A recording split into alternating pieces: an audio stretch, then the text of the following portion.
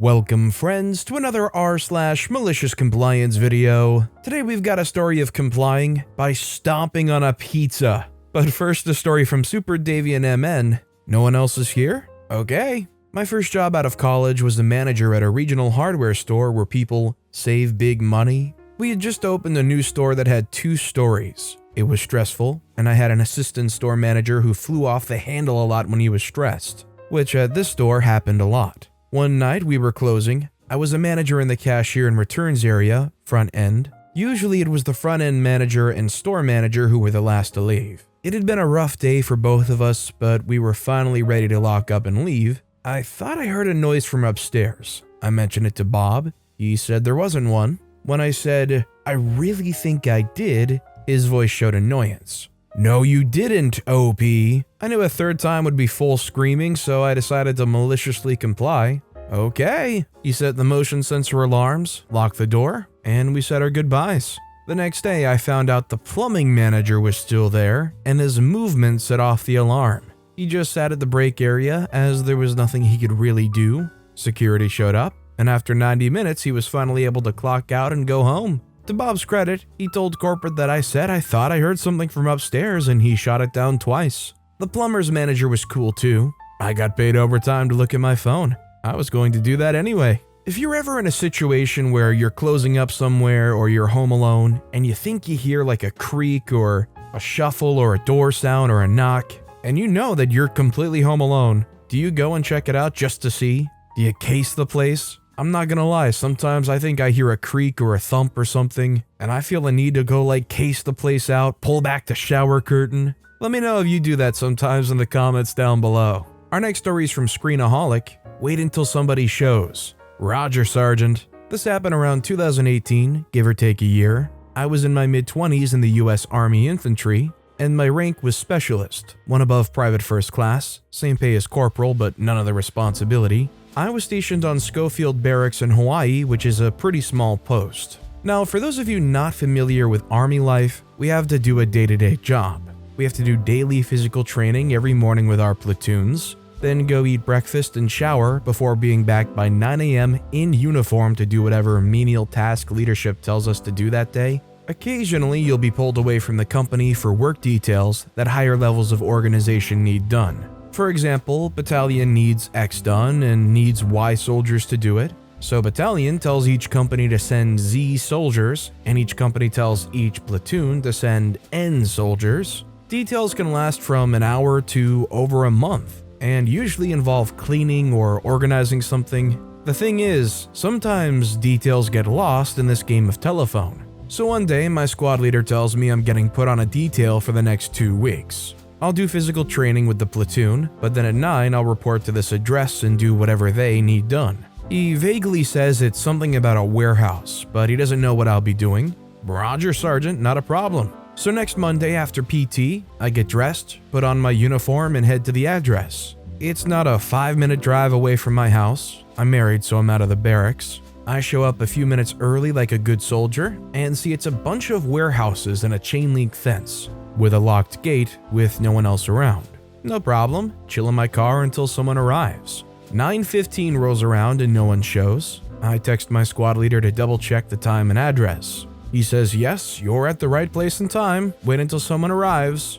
Roger, Sergeant. 11 o'clock, I'm still screwing around on my phone in my car, no one in sight. Text Sergeant again, tell him no one's shown up. He tells me to be back after lunch, someone will come. Roger, Sergeant. 1 p.m., come back after having lunch with my wife, still no one. Wait 30 minutes and text him again. Sergeant says that I'm supposed to be there for 2 weeks. Someone will show up, just wait. Roger, Sergeant, I'll stop bothering you. So I wait another hour and a half, and then the highest ranking person there, me, dismisses the detail, also me, for the day. Sergeant seemed sure that's where I'm supposed to be, so that's where I went for the next 2 weeks. I stopped bothering him and just showed up at the warehouse every day at 9.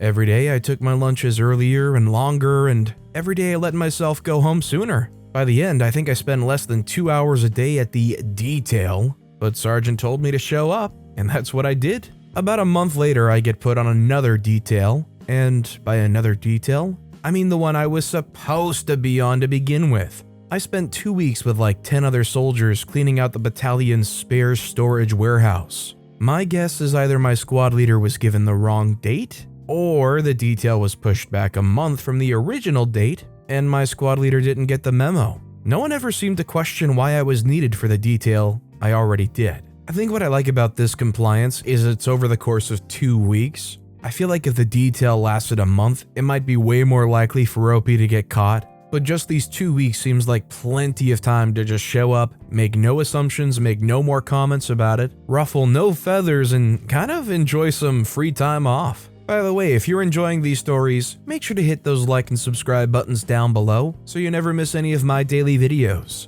Every single video has awesome stories, like our next one from Trenton Quarantino 89. You want me to leave your pizza on your doorstep without paying for it again? This was and still is my personal favorite story of malicious compliance, delivered by yours truly. Backstory: this particular customer's address and phone number still haunts me to this day, because they either full-on stiffed me or underpaid for every single delivery I ever made for them. And they were on the very edge of our delivery area, a 20-mile radius. I was around 20 to 22 years old, drive a 1988 4.0 HO Jeep Cherokee as a pizza delivery vehicle for a company whose logo is a very popular table game in the US prison system. Tips were very important to my survival as an employee there, as they literally paid for the gas I needed to do my job, because the company refused to pay mileage and fuel. But I did the smart thing and kept track, and used that as a significant deduction on my taxes. Save your receipts if you use your personal vehicle for work, fuel, fluid changes, brake pads, etc. My manager and I are rolling up and getting ready to call it a night after a dead shift when the phone rings 2 minutes before closing time. It's that family calling for their 2 veggie pizzas with grilled chicken. The owners of this franchise have full access to the call logs in store, so they know if we don't answer before closing and take the order, or it's firing time. I proceed to drive the 20 minutes to the house to find out they aren't home. They always pay in cash, exact change or less. I call the number they have listed for deliveries, hear the home phone ringing. Yeah, landlines were still a thing. Ask your parents if you don't know what that is. No answer. Okay, try the secondary number. Voicemail. So I figure I'll go back to the Jeep with the pizza still in the heat bag to make sure they stay safe and warm while I call the manager to see what I should do. He answers, and I quote, "You aren't gonna like this," comes out of his mouth. He says, "They want you to leave the pizza on the doorstep because you didn't get it there fast enough. They went to the pizza place down the street from their house." I say, "On their doorstep? Okay." My poor shoes. My poor shoes that night. I had a white DC quartz. If you know, you know. In a fit of pizza-driven rage, I dumped that veggie pizza face down on that doorstep, and I waffle stomped that witch permanently into that exposed aggregate concrete and used the box to scoop up what was left to wipe it all over the front door. I left with a feeling of meaningful bliss, and when I got back to the store, we permanently blacklisted that address and phone number. If someone's using their time, fuel, and life to bring you food, freaking tip them. This actually has me curious. When you're ordering from a fast food delivery chain, like this one, which I'm going to call out being probably Domino's, how much minimum do you think you should tip the delivery person? I'd like to know what you guys think is the bare minimum lowest you should tip a fast food pizza delivery driver. This next story is by No Secret 8533. Irrational numbers? I'm a pastry chef, not the lead pastry chef, just a minion, for a caterer attached to a particular venue. If you're holding an event at this place, you have to go to us for food and beverages for security reasons. Whether it's a business meeting for 6 with coffee, tea, and pastries, a wedding for 400, or a 3-day-long convention for 1,200, all meals included, we handle it. Pre-pandemic, we had a great team. Wonderful lead pastry chef, a night baker who baked off danishes and muffins for breakfast, and 3 full-time pastry chefs, including me. The head chef knew what he was doing and trusted that we know what we were doing too. Then, of course, everything shut down for 18 months. Head chef left, night baker retired, lead pastry chef moved away. I worked elsewhere for a while, but a couple of months ago I came back. We have a new head chef. This guy is irrational about numbers and doesn't understand baking. If there's any quantity other than a number which ends with either 5, as in 25, 55, 105, or 0, 50, 70, 110, he throws a fit. Never mind that you have 87 of something. I asked him what to do in that case, and he said that he didn't care. He just didn't want to see anything but a 5 or a 0 at the end. And there has to be the exact same number of each item on each cooking sheet or in each container. If you're making 133 chocolate mousses, you can't put 50 on 2 trays and 33 on the third. It has to be the same number on each. He will make everyone stop what they're doing and stand there while he lectures us for 20 minutes about it. He also specifically instructs us to bake things like cookies and muffins at a temperature so low they neither rise nor brown, so they're pallid, heavy, soggy, and taste bad because the leavening didn't activate. He also instructed us to take unbaked yeast-raised pastries out of the freezer and put them on sheet pans in the refrigerator to be baked 4 days later. By that time, the yeast was dead and the resulting pastries were terrible. He cannot be reasoned with. This is all background for this week. It's been a busy week, so when Chef told me to bake at least 300 of each flavor of cookie we carry, I did it. We have 5 flavors and we buy them by the case. 144 unbaked frozen cookies per case. We didn't have enough of some, so I filled in with others to come up with approximately 1,500 cookies. Then he gave me the banquet event orders. 2 events. Total number of cookies required for the entire week? A little less than 300. I baked off over 1,200 unnecessary cookies because he couldn't read over the orders and come up with an accurate number. So what do I do with the extra cookies? I had to package them up and freeze them for later use. Anyone who knows baking knows that freezing baked cookies is not the best way to store them. It gets worse when you haul them out and defrost and refreeze them several times, which is what'll happen over the next 6 months until we use them up. At least I baked them properly. I am maliciously complying with his request that all numbers have a 5 or a 0 at the end. The number of cookies in the packages, however, doesn't match the number on them.